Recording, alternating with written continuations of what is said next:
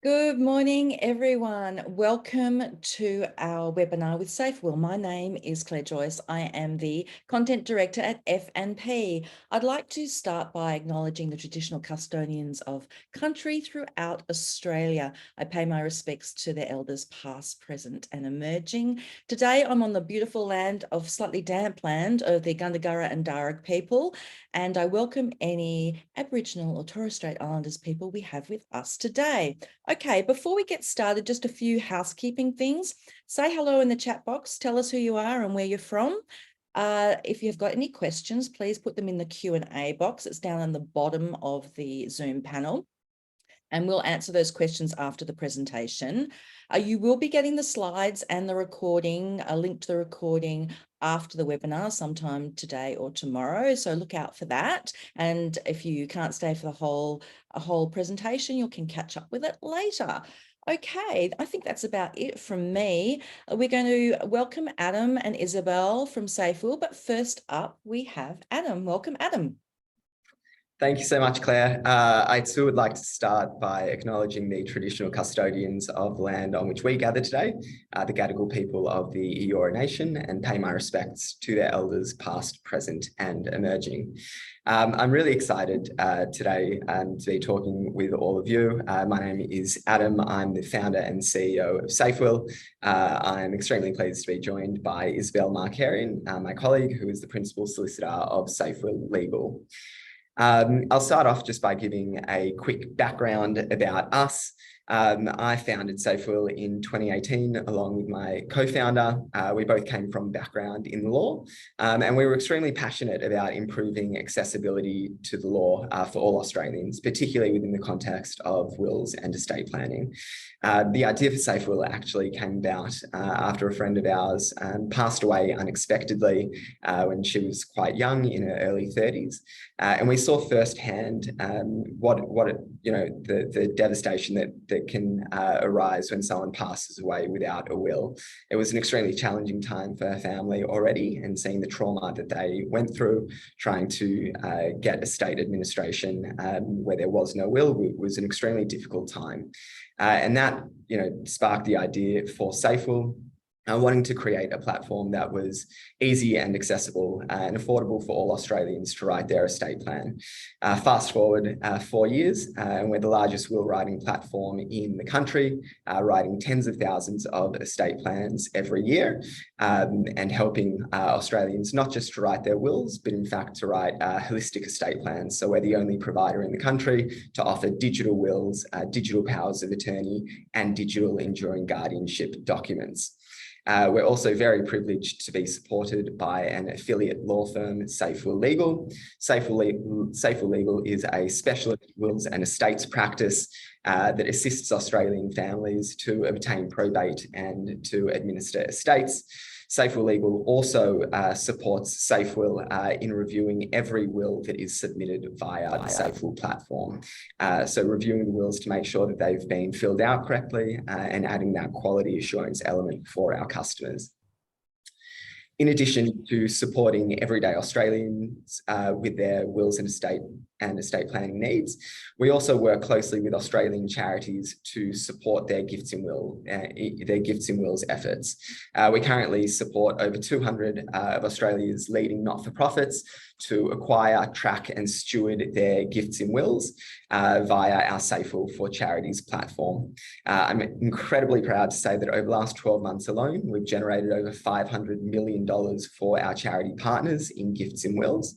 And more than just helping our partners to acquire a large number of gifts in wills, you can also see here that we help our partners to track and monitor the success and progress of their gifts in wills efforts via our Safewill for Charities platform.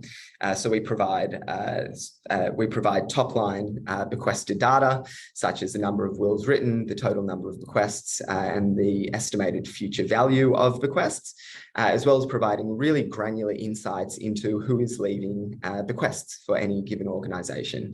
So that's age split, location split, average number of children, pets, and contact data for bequesters where consent has been provided. In addition, to generating those bequests for our partners. Again, every will is reviewed by Safewill Legal to ensure that the gifts that we are assisting our charities to acquire stick, and that there aren't complications down the line. I'll now hand over to Isabel Markarian, who is, again, the Principal Solicitor of Safewill Legal, to take a deep dive into estate planning, particularly in the context of online wills. And I'm extremely excited to hear her presentation. Good morning, everyone. Thank you so much for joining today. It's so lovely to be here with you virtually, and so nice to see everyone saying hello in the chat. So just by way of background, I'm a specialist wills and estates lawyer. So my background's in, traditional estate planning, high net wealth estate planning, and building comprehensive, succession plans for people. And in my previous work, I did a lot in the space of complex wills, trust structures, testamentary trust structures, superannuation advice. So there's a lot there that I was working on with, more complex, circumstances. But I came to Safewill because I saw firsthand the role of templatized documents in our industry and how essentially clients were paying for my time to type their own details into a set structure. And I saw how valuable it would be to improve the technology in this space so that we could have more accessibility for those who really couldn't afford to be paying $2,000 for a suite of estate planning documents. Now, we set up Safewill Legal because we wanted to service people with legal advice if needed, and also wanted to support Safewill as they delivered services to customers across Australia. As Adam mentioned, Safewill Legal is an estates law firm. Our focus day to day is actually on assisting clients in obtaining probate of wills throughout Australia, and also letters of administration where there is no will. And what this means is that we have extensive experience in not only the start of the will life cycle, but also seeing what happens at the end, of the will, and seeing the consequences of, where there's no will at all. So we've got that broad level of experience that I hope to share some of that with you today. So through our work with charity partners, we've seen a number of questions about the legality surrounding the online will space. And so today I really want to take you through where wills sit in an overall estate plan, how amending or changing these documents actually works, what happens to someone's will post-death, and where online platforms fit into this process, how they can help, and also where their limits are. So the first thing to understand is that wills are just one part of a comprehensive estate plan.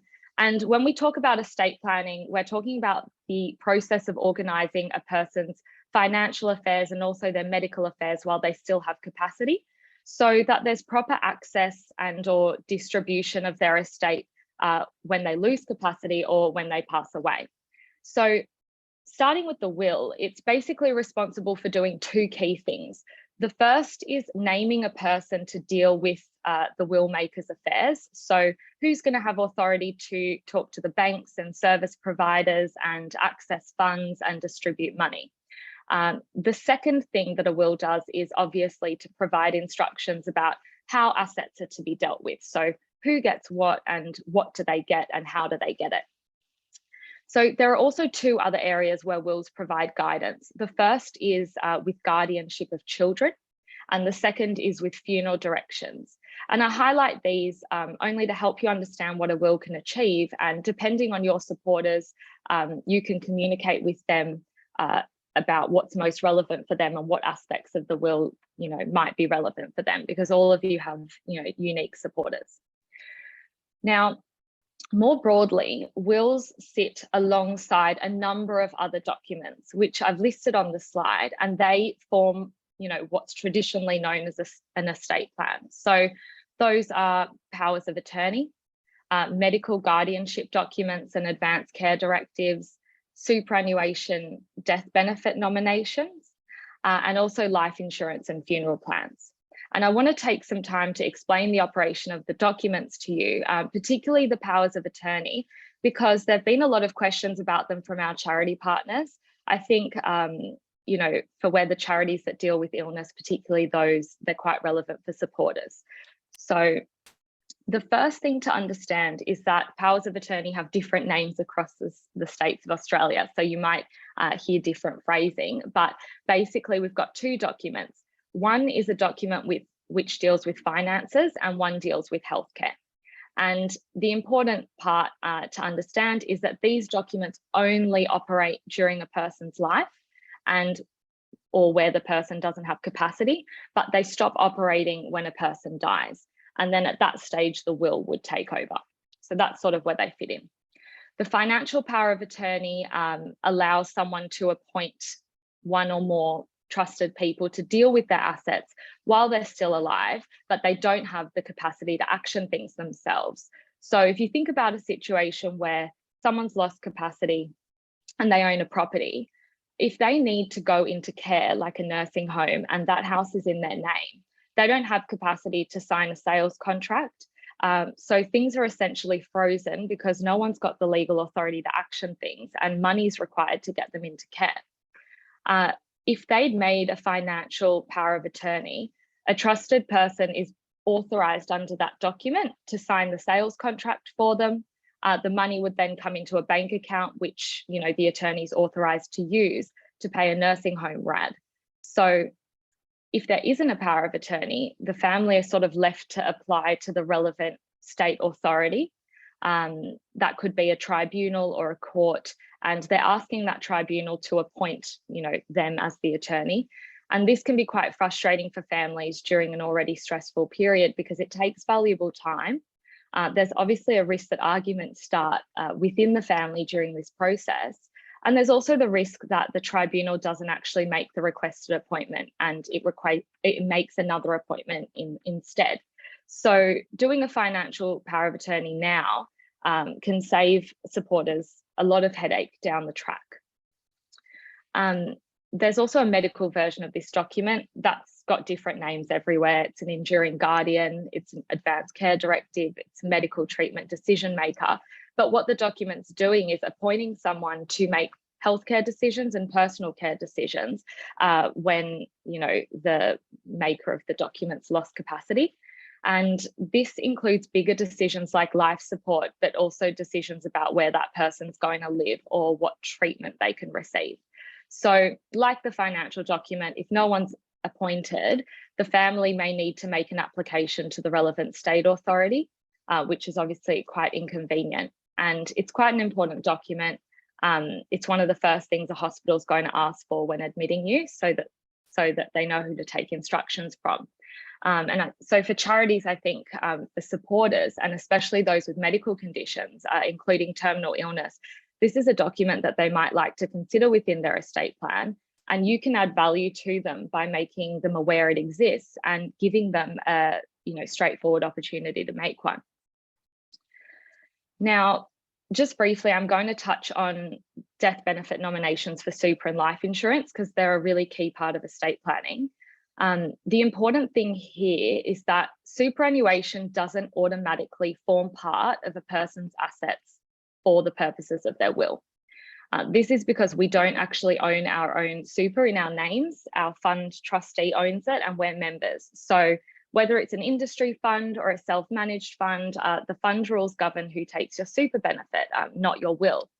And so the benefit can be paid to your estate, and then the will can apply to distribute it to your beneficiaries. But the super can also be paid directly to a spouse. It can also be paid directly to children. And a lot of people don't understand this.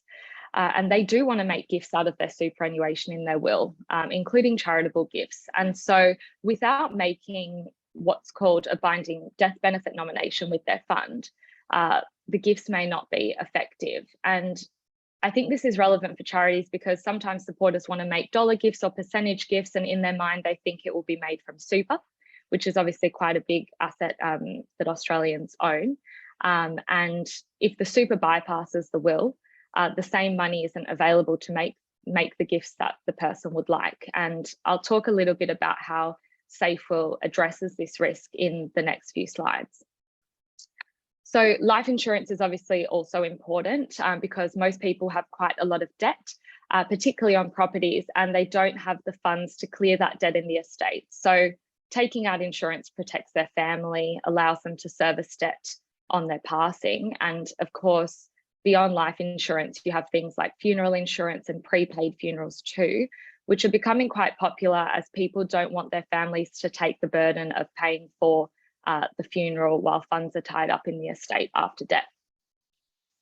So traditionally, all of these components that make up an estate plan have been built for people using solicitors or other type of advisors.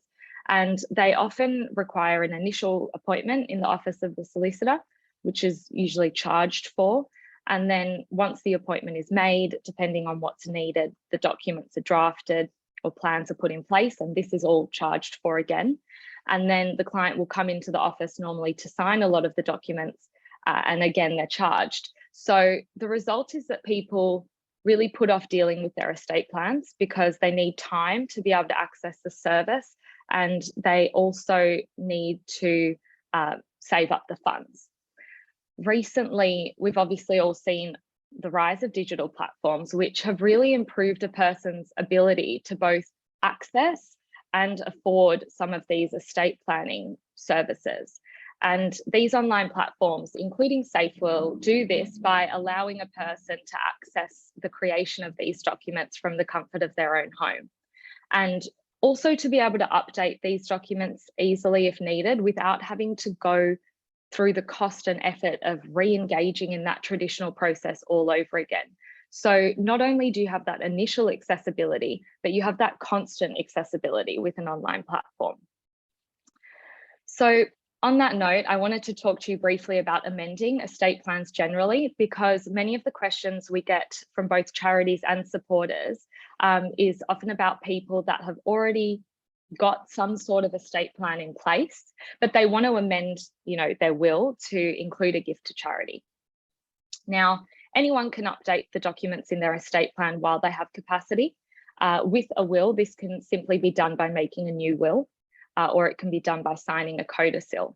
So all wills start with a revocation clause, which cancels the wills that came before it. So this is a really simple way for a supporter to update their will document. Alternatively, there is something called a codicil, which is basically a short document that refers to the original will and amends it. Sometimes they're recommended when your original will document is really long and complicated and the customer or client wants to reduce the effort taken to sign a new document.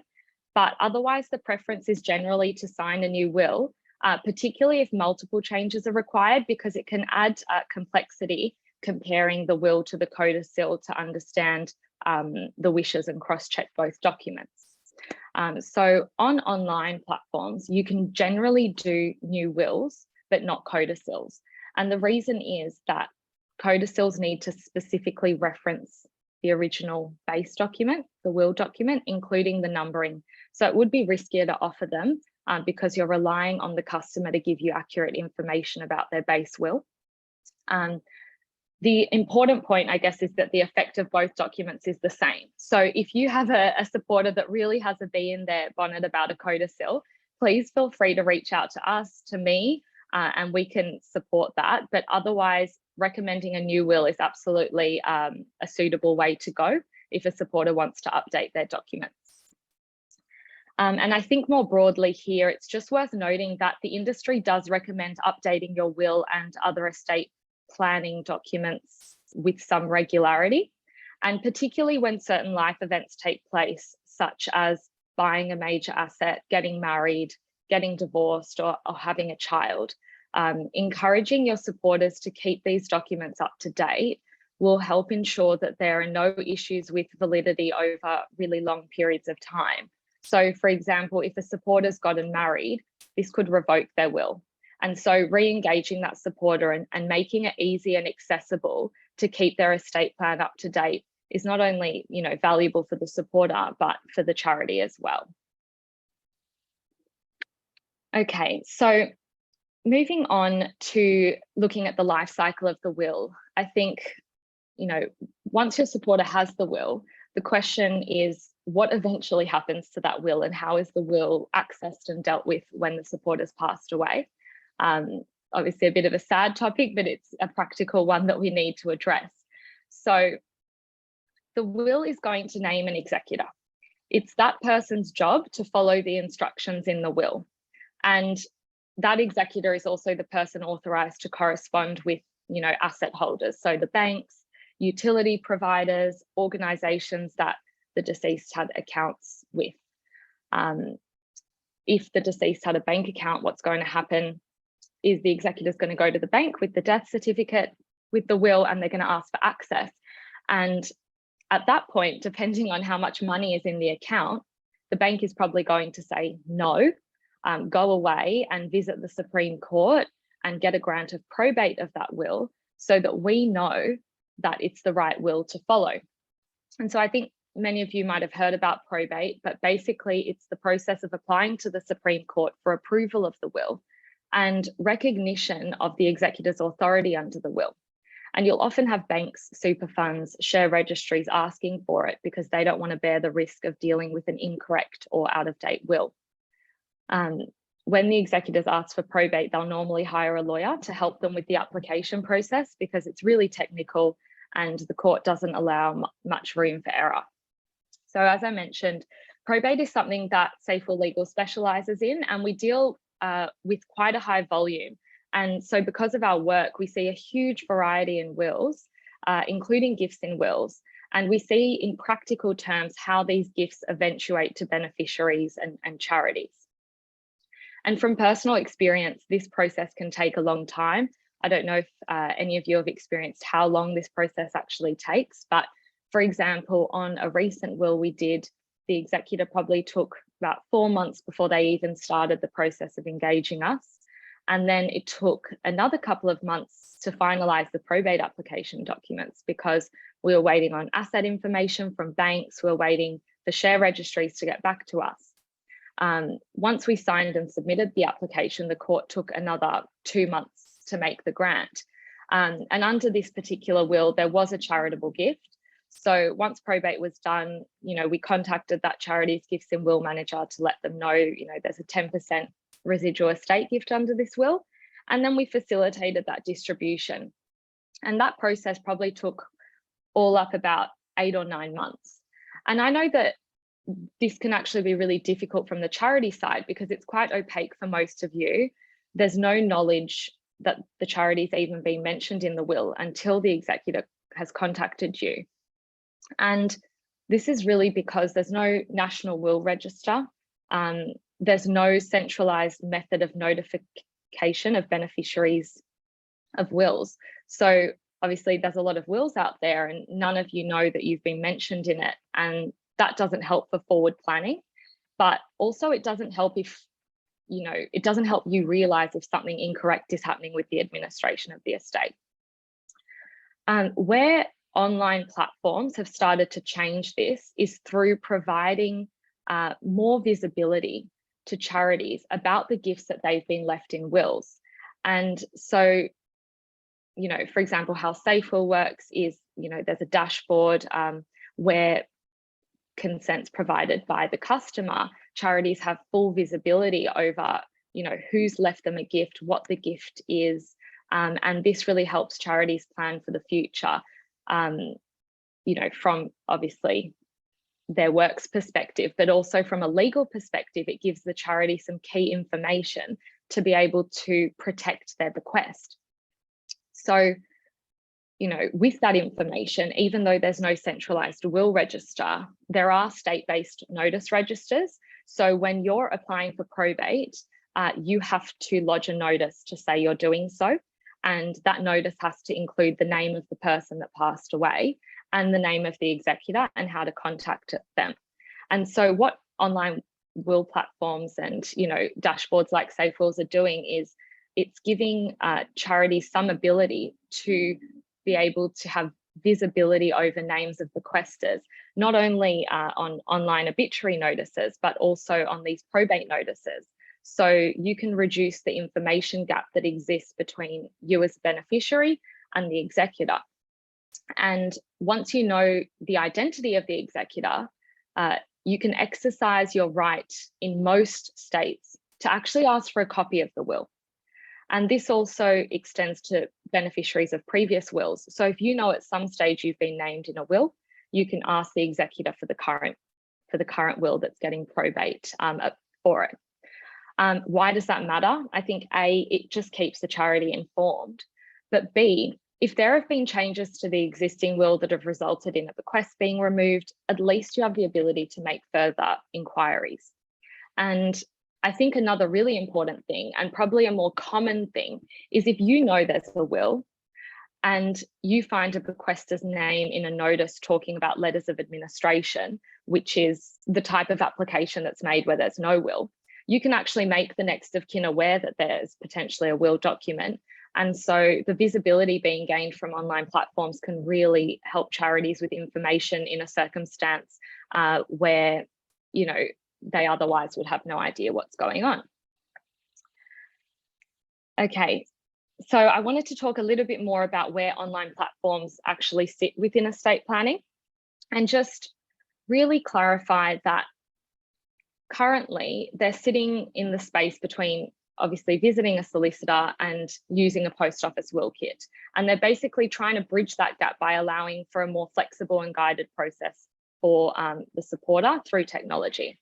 And I think where I see online platforms really fit in is when you think about the fact that traditionally over 50% of Australian adults don't go to the effort of creating a will. And I think there's a general understanding that this is due to the cost and hassle of creating one. Obviously, as an estate planning lawyer, ideally, you know, if we lived in this world where everyone had completely free access to someone like me who could visit their house at whim and create documents for them, that would be great. But unfortunately, we don't live in that world. And what's happening is the lack of access and affordability can create serious problems for people. And I'm quite passionate about this area because I know how straightforward it can be to create a will.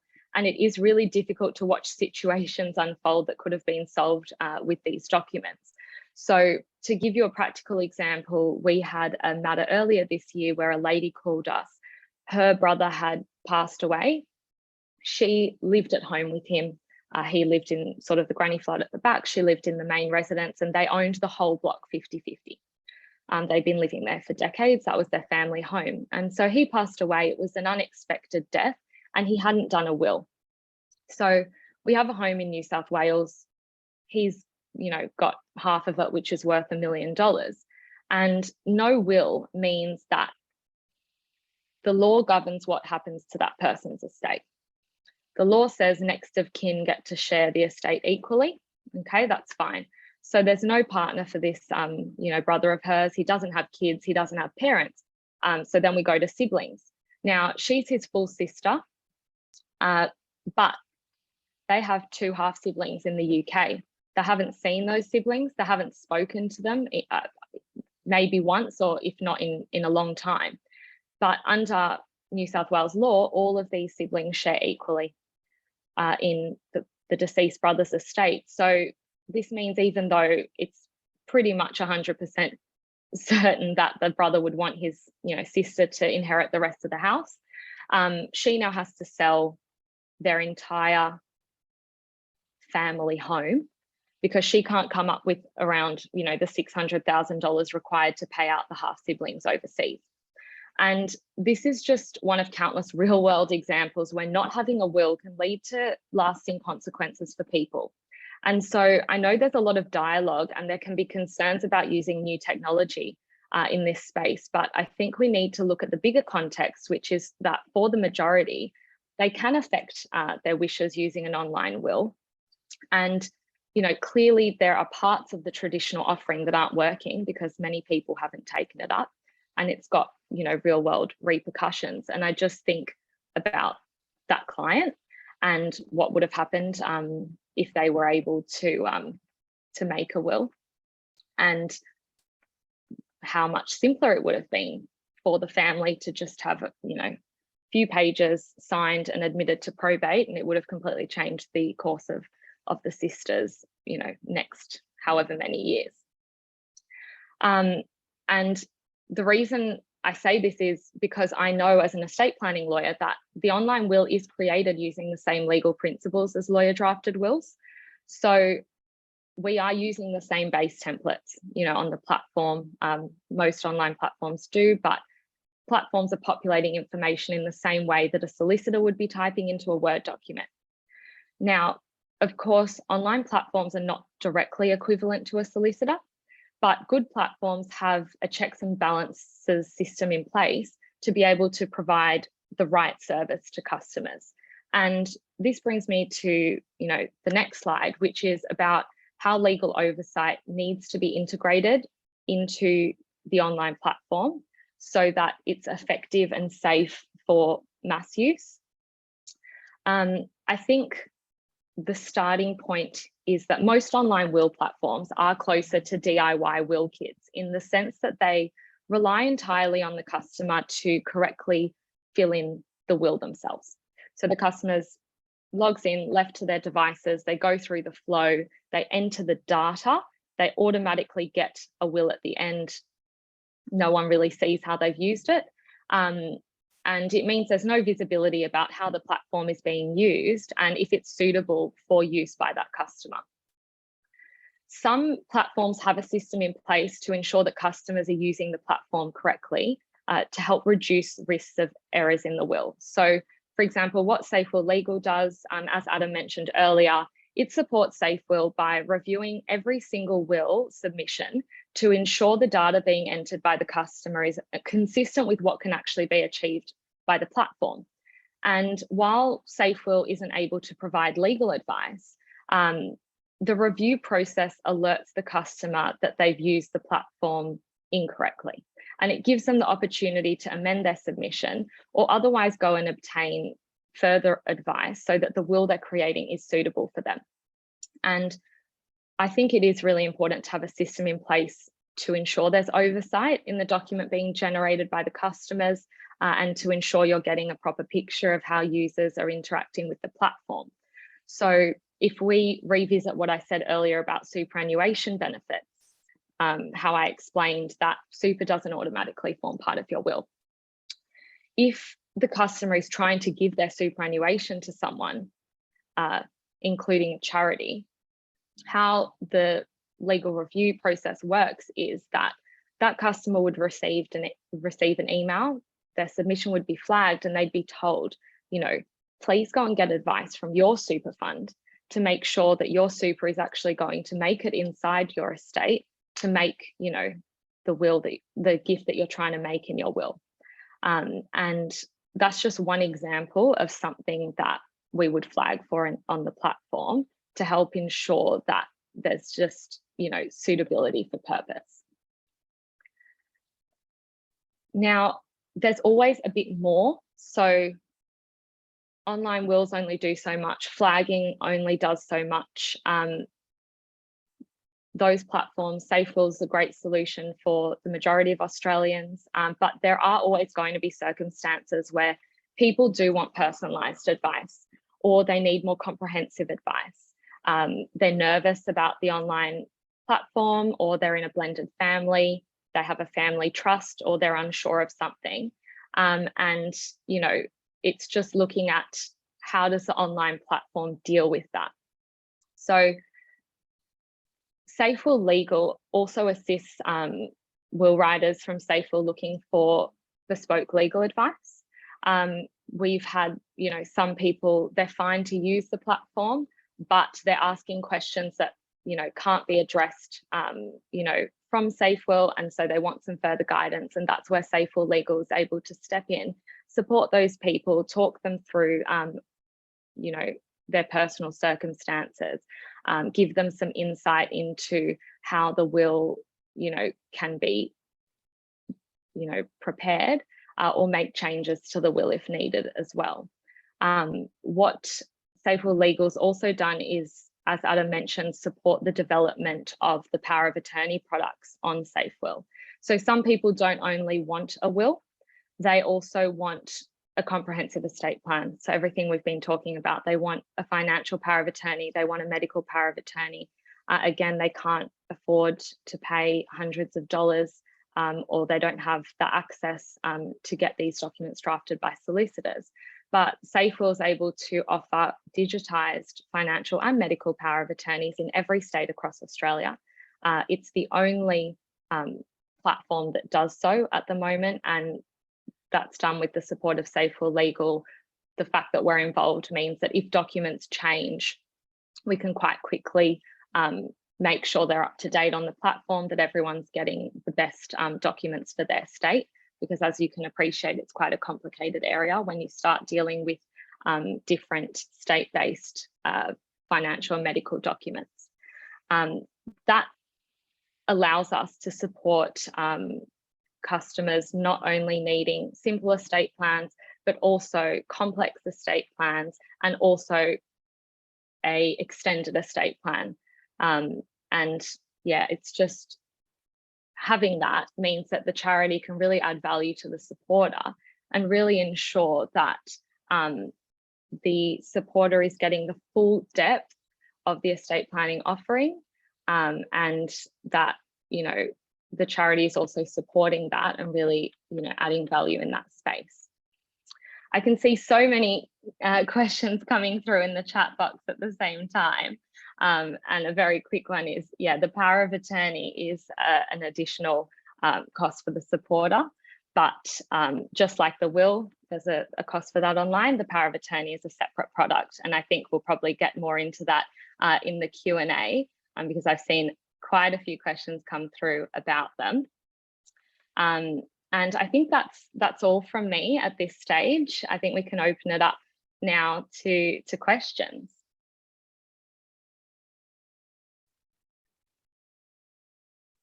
That's great. Thank you so much, Isabel. There was a lot of information in there. I found it really interesting. I hope everybody else did too. I'm just going to start, Isabel, with a question from Emma, which was right at the beginning, which Adam mentioned actually. How do you quantify percentages of residue? Is the 500 million you say you've committed in bequest donations in the last 12 months all pecuniary gifts? I can probably jump in on that one. So we calculate the estimated future value of gifts for pecuniary. It's obviously quite easy because it's generally a straight value. And for residuary estate gifts, we use the average estate value as provided by the Australian Bureau of Statistics. Okay, brilliant. We've got a question again about that $500 million committed to charities from Francis. He says, do I read from that the charity sees all the bequests and what has been pledged in the wills for their cause? That's a really great question. So charities see, all charities see top level data on the number of gifts, the split between pecuniary and residuary estate gifts and the estimated future income. We also provide aggregated and anonymized bequested data. So for example, the age range of bequesters, location, and as I mentioned before, demographic data such as, you know, are they married or single? Do they have kids or no kids, pets, no pets, things like that. And where the bequester has consented to pass their contact details along as well, the charity receives that too. Brilliant. Thanks, Adam.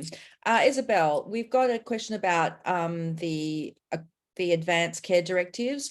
Do we just direct the supporters to the Office of the Public Advocate? Martin's put the link in there for Victoria. And then also asks about the state-based will registers. Do they exist in every state? Yeah, so really great question. And I did want to get into advanced care directives, but I was really conscious of time. So now I get to talk about them. So the advanced care directive is sometimes the same document as the medical power of attorney, but sometimes different. So how I would answer that is we create medical powers of attorney via the platform. So the platform populates the medical power of attorney document. What it doesn't necessarily do is deal with the wishes and the feelings of a person about the acceptability of medical treatment, when, not to be too dramatic, but when the life support is to be turned off, what is unacceptable to them in terms of, you know, tube feeding, that type of thing. That is commonly dealt with an advanced care directive. And so in short, we would direct the supporter to various state offices that have the Advanced Care Directive template, but we would probably also direct them to their doctor, because the medical practitioner is the best person to complete that more comprehensive Advanced Care Directive with them, because they're best placed to actually explain the impact of certain treatment decisions.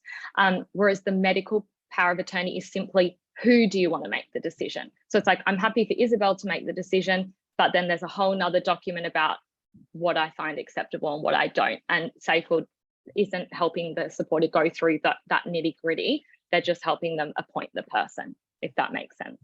Okay, cool. Joshua, and I think this is related to Nina's question as well. Joshua asks, why is there no national will register? And then has the question about the state-based will registers. Do they exist in every state?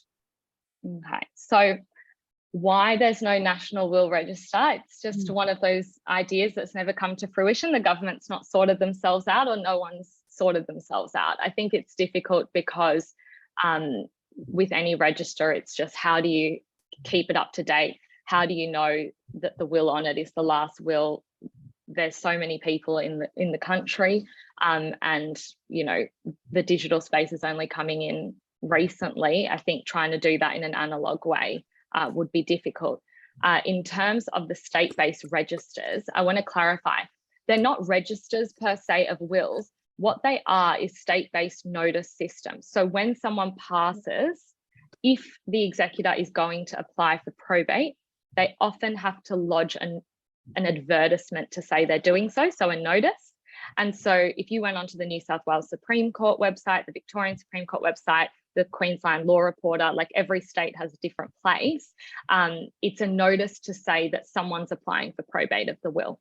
And I can, you know, definitely share with, depending on what state everyone's in, I'm happy to share with you where those notices are, how to search them.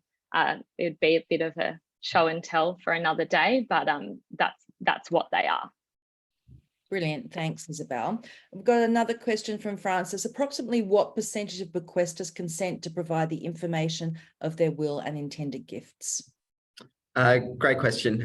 So I'm pretty sure that over the journey, it's over 80% of bequesters on the Safewill platform who've provided consent. Okay, brilliant. Thank you.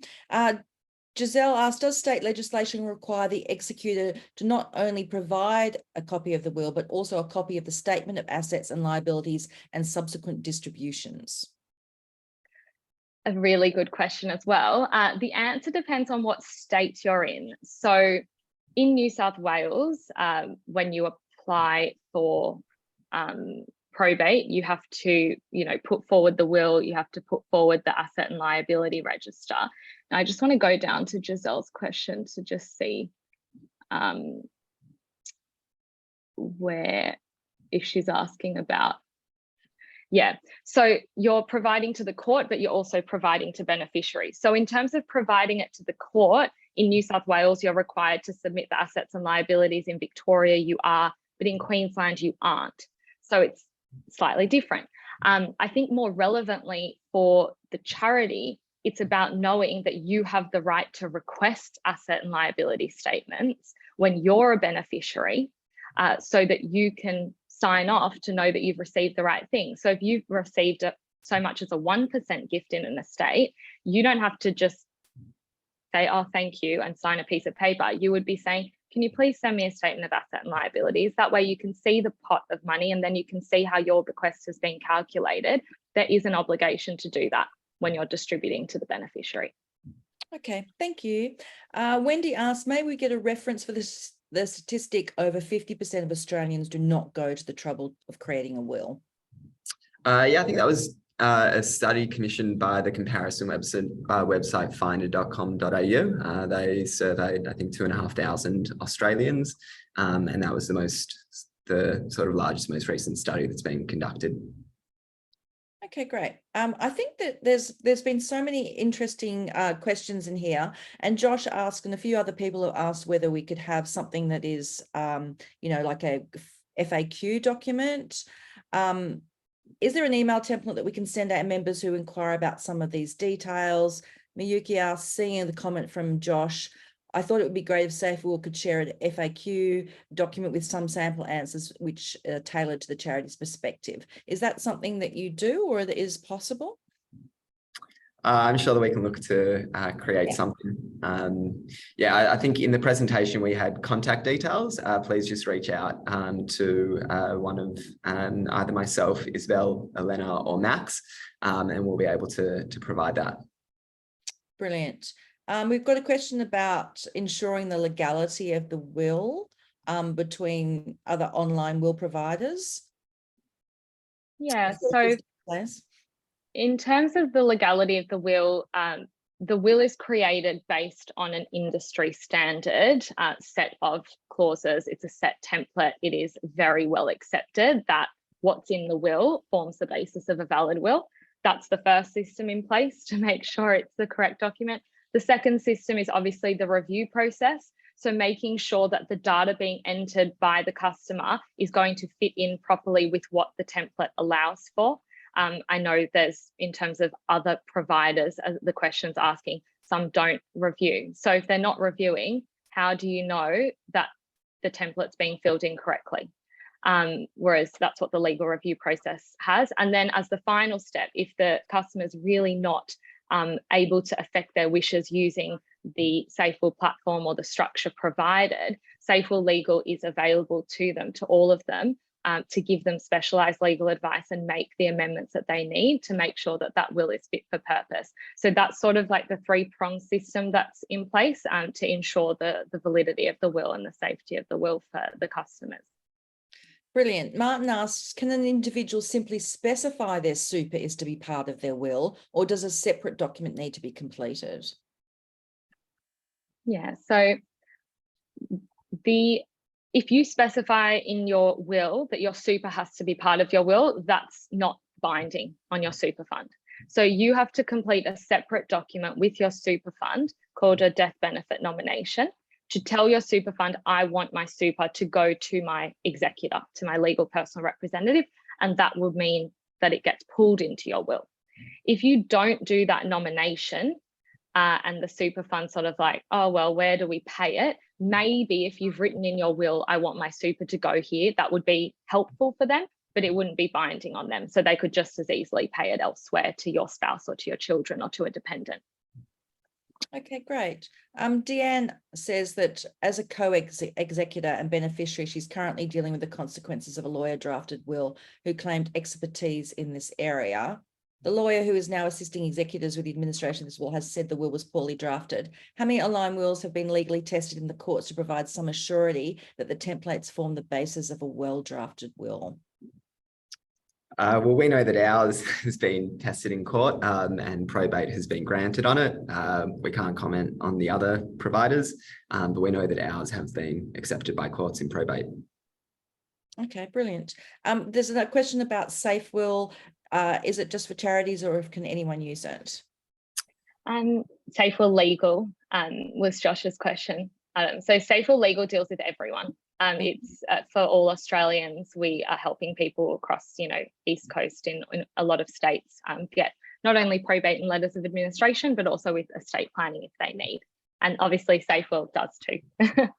Okay, brilliant. I think this is a question for you, Adam, from Sharon. Other online platforms offer free wills all year round. Safewill offer 2 campaigns as part of membership. Will this change in the future to keep up with other platforms? It's unlikely for us to change that. Other platforms offer free wills and they don't offer the level of service that Safewill does. So obviously we've got the will review process, we have live chat and customer support, as well as the support that we provide to our charity partners. So we're unlikely to do that. However, we do run various free will campaigns throughout the year where we just see a huge influx of wills for our charity partners. Okay, great. Thank you. Josh asked, a supporter of ours asked me a couple of days ago, told me that she'd started her online will with another online provider. I'd like to know what I should say to her so that she knows Safewill is better. I mean, we're not sort of here to dash the competition. I think, again, just for Safewill, and I think will writing generally, making sure that there is that oversight is super important. Making sure that there's the support and the ability to talk to a lawyer as required. Safewill definitely offers that. Again, can't really comment on our competitors. Yeah. Okay, no worries. How about cybersecurity? Asked Giselle. How's that managed? Excellent question. We have a large team of onshore software engineers. Their main priority is cybersecurity and privacy. We have extremely detailed privacy and security policies, which I'd be happy to talk to Giselle about. But yeah, we sort of, when we're building software, it's with security and privacy first and foremost, and it's something that we invest extremely heavily in. Great. How about the cost? Josh asks, compared to other online will providers, as well as solicitor costs. Yeah, so I would say that in terms of online will providers, they broadly fall into two categories. One is, as Sharon mentioned, there are providers who offer free wills that are, probably closer to a digitized will kit. Again, the benefit there is accessibility. The challenge there is that there isn't generally that level of oversight. So, you probably have more people availing themselves of that service, but similar to a will kit, people are left to their own devices. So that can be problematic without any form of oversight. In terms of us versus other paid digital will providers, they're largely comparable. There isn't sort of significant price difference there. When we partner with our charities, we generally offer a discount to their supporters. And again, that's just with the aim of incentivizing and making it easier for their supporters to write their will. Great. Nina says, do you have statistics regarding how many online wills are actually formalized, i.e. signed? So that's a really difficult one. The reason for that is that wills are one of the last legal documents that actually require wet ink signature. It's something that, as a digital provider of online wills, has always been a particular bugbear of mine. For us, though, we do have facilities for our users to upload their signed copy of their will to their Safewill account, and then notify their executor that a signed copy has been scanned and submitted to Safewill. That allows us to then support an executor if they can't find the original will with a signed, scanned copy. We have, I think it's over 50% of our users have uploaded scanned copies of their will. I'd need to validate that, but generally quite a high proportion of people, that's the only way that we sort of have to validate that they have in fact been signed. Great. When does an executor not need to apply for probate, asked Giselle? Is this state-based? So it is not state-based as much as it is organisation-based. So they don't need to apply when the assets values are so low that an organisation doesn't deem it risky to just go off the will without probate. So if there was only $5,000 in the bank account, the bank wouldn't mind just releasing the funds without probate, because the risk of doing the wrong thing is sort of capped at $5,000. But if there's like $200,000 in the bank account, they wouldn't want to release it, and so they impose the requirement of probate. It's a bit interesting. It's not a legal requirement in and of itself. It's what the organisation's willing to accept. Okay. Joanne asks, what recourse do you have if an executor avoids providing any information? So you have legal recourse. As a beneficiary, you have a right to be kept informed about the administration of the estate. And obviously, if that information is not being provided to you and there's, different timelines about what's reasonable, you would have to engage a lawyer to help you, or you could write to the executor of your own accord. But I always would suggest, if it's getting into that messy space where an executor is not providing you with information, to go and get some legal advice so that an appropriate letter can be written. Great. Jenny asks, if you have a private will that specifies everything clearly, do you still require a legal representative solicitor to sign off on the will distribution and estate planning details? Yeah, it's a good question. So it's not a legal requirement in Australia anywhere for a lawyer to have to sign off on your will. I imagine Jenny's asking if she just has a private will now. So for it to be valid, people can write their own wills. If it's clear, then there's no reason for a lawyer to sign off. My only comment would be, we think that we've written a clear will, or that the private will's done really clearly, but there's some key things that we might have missed in writing our own will. It could be as simple as, you know, a revocation clause or a residue clause. So yeah, on that front, you don't need a lawyer. And then separately, I don't know if this is going into after death, you don't need like a legal representative per se to sign off on the will. For probate, there are ways to do it without legal representation. It's more the process that has to be completed, and a lot of people do get legal representation to help with it. Okay, great. Then maybe this one for you, Adam. Renee asked, what happens if the will of an online platform isn't around in 40 or 50 years when someone eventually passes? That's a good question. Going concern is generally a concern with most of our companies. I think that for Safewill, one, we have processes in place for, you know, if for whatever reason the company was shutting down, which isn't something that we plan to do. Safewill, when someone purchases a will, they first and foremost get a will document, which is available for them to download. It gets sent, that they can download it via their Safewill platform with secure access. So they receive the document that they've paid for. As I mentioned before, wills still need to be printed and signed in wet ink, and the courts will always look for the original paper copy of the will. So they've got the product that they purchased. For us, though, again, we have processes in place if for whatever reason we were shutting down, but you know, it's not sort of a huge concern for us at the moment. Yeah. Okay, great. We're coming to the end of the hour, but we've only got a few questions left to go. So let's carry on. And if you need to step away, they'll be on the recording for you to catch up with. There's another question here about security, which from Liz, about how can you ensure the will created online is secure and cannot be fraudulently accessed or modified? Great question, Liz. So at sort of an access level, every will and every account is protected by a password. The passwords have minimum security requirements. So, you know, everyone has a unique password, and every email address or account every email address, can only be linked to one account.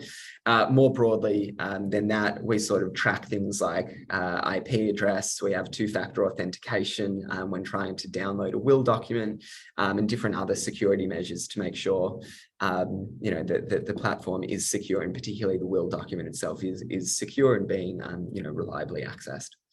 Great.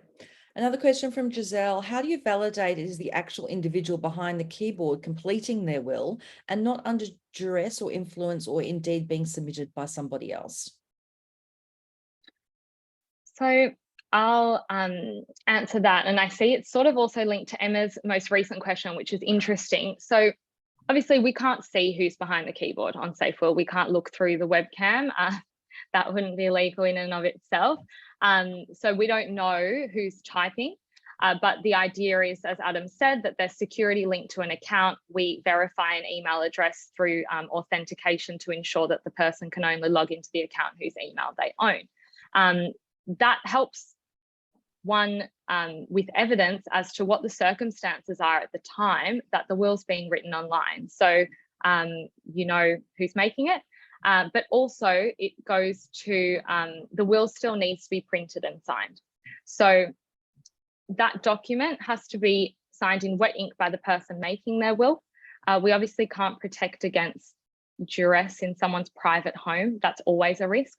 But I think it's important to understand that duress is a risk with all types of wills, and it's been, you know, the claim of duress has been around for hundreds of years, long before online will providers, and it will stay there. Once an individual signing their will, that means that you've linked their signature to the document. And to this point, Emma, that's why you can't do DocuSign of wills, and why I don't think any state would allow wills to be docu-signed anytime soon, because you're losing that physicality of proof of the document linked to the deceased person's signature across their license, across their passport, and also to the signatures of the two witnesses that are happening at the same time, all which go together to ensure that the document is done correctly. Great. Nina asks, what percentage of safe wills are executed? Like after, I suppose, the person's passed. Yeah, I don't have any more information, sorry, Isabel, than that. So I'm assuming. Let me have a look. It's just down the bottom. Oh, maybe just signed. It's maybe a similar question, Adam. Okay. The percentage that are signed. I think a point there is to note Safewill actually actively follows up its customers to sign the will. So that's something really important. And I see firsthand the messages coming back through saying, oh, thank you so much for reminding me I'm doing it this weekend. So with that digital, with the digital platform, there's obviously digital reminders, and all of that works together to really try and get the best result, which is that the document is being signed and uploaded back. Okay, last question. So even when Safewill aren't doing a campaign for a charity, are you still offering a better rate for supporters of charities? Asks Joshua. Yes, we are, Joshua. So you will have an always on offer via landing page. Most of our charity partners choose to share that on their website, in email signatures, when communicating with requesters, and other forms of communication. We then up that discount as well during specific campaign periods. And again, that's just to give you guys a little bit of an extra boost when you are running a dedicated campaign for gifts and wills. Okay, great. Do you have a demo online, Adam? Yes, we do, Giselle. If you reach out to Elena or Max or myself, all of our contact details are on the last slide of the deck. We'd be more than happy to run you through a demo and show you both at a customer-facing end as well as for a charity what the digital platform looks like. Brilliant. Thank you so much. And thank you everybody for joining us. I think you might have so many questions here. There's lots of comments about how informative it's been and what a fantastic session it is. So we really appreciate, Isabel, Adam, you sharing all the information. Thank you everyone for joining us, and we will see you at the next F&P webinar. Thank you so much. We really appreciate you being with us today. Thanks, Adam. Thanks, Isabel. Bye. Thank you. Thanks, everyone.